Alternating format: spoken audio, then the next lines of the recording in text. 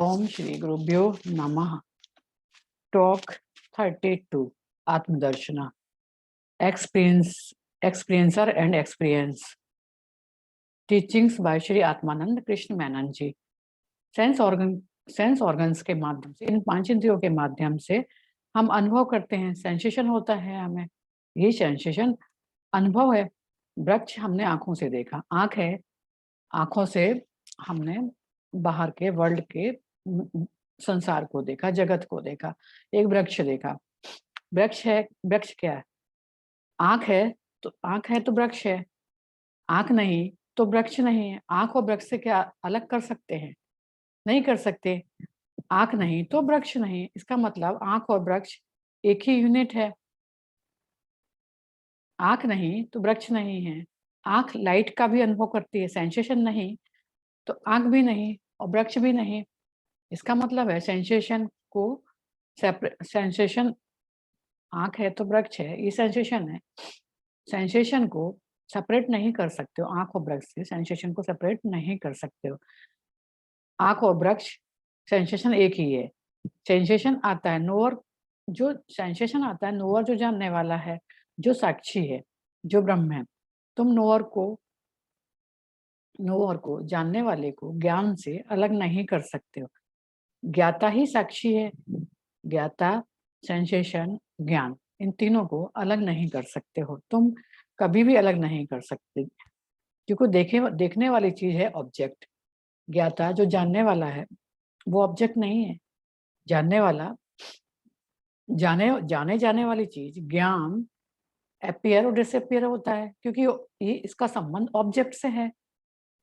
Consciousness में जैसे पानी उठती हैं, पानी में जैसे लहरें उठती हैं, उसी तरह कॉन्शियसनेस में ये नॉलेज है, ज्ञान है। अपीयर होता है और डिसअपीयर होता है। नॉलेज, नो नोअर, नॉन और नॉलेज, ज्ञान, ज्ञाता और ज्ञान, ज्ञाता और उसका अनुभव, इनको तुम एक दूसरे से अलग नहीं कर सकते। ज्ञान अपीयर डिसअपीयर होता है कॉन्शियसनेस में। क्या तुम कॉन्शियसनेस को से ज्ञाता और ज्ञान को अलग कर सकते हो? नहीं कर सकते।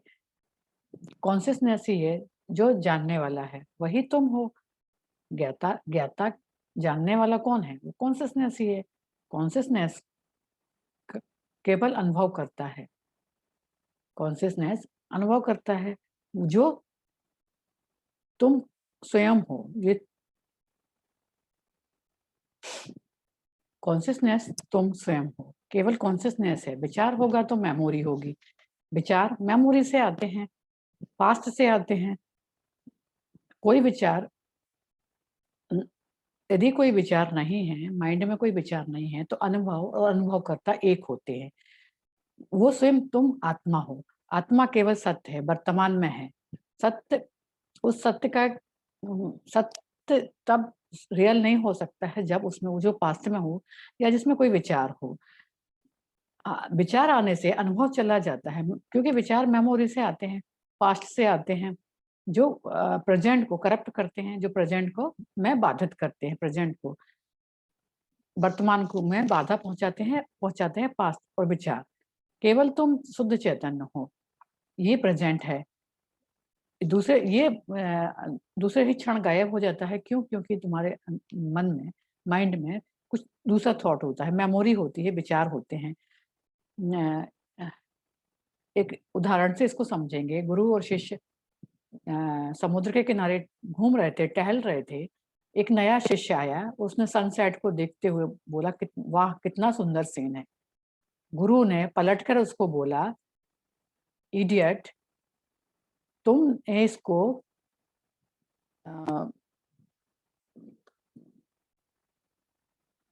ब्यूटी विदाउट ब्यूटी, सनसेट की ब्यूटी विदाउट थॉट है। विदाउट थॉट ही ब्यूटी है। तुमने इसको अनुभव और अनुभवकर्ता को एक होना चाहिए, थॉट नहीं होना चाहिए। ये केवल सेल्फ है। थॉटलेस सेल्फ, थॉटलेस अनुभव सेल्फ है। थॉट तो मेमोरी है, मेमोरी रियल नहीं हो सकती है। मेमोरी तो पास्ट होती है या फ्यूचर हो सकती है, लेकिन मेमोरी प्रेजेंट नहीं होती, मेमोरी प्रेजेंट को डिस्टर्ब करती है। जब सुंदर हो, जब ज्ञात होता है कि सुंदर है, तो तुलना नहीं हो सकती। फ्लावर सुंदर है, सनसेट सुंदर, पर दोनों की तुलना नहीं है। अच्छा विचार, बुरा विचार, विचार विचार है जो अनरियल है, वो वर्तमान की सुंदरता को खत्म कर देते हैं। यहाँ बिना विचार किए ही तुम जो अनुभव करते हो, वही सेल्फ है, वही सच्चाई है।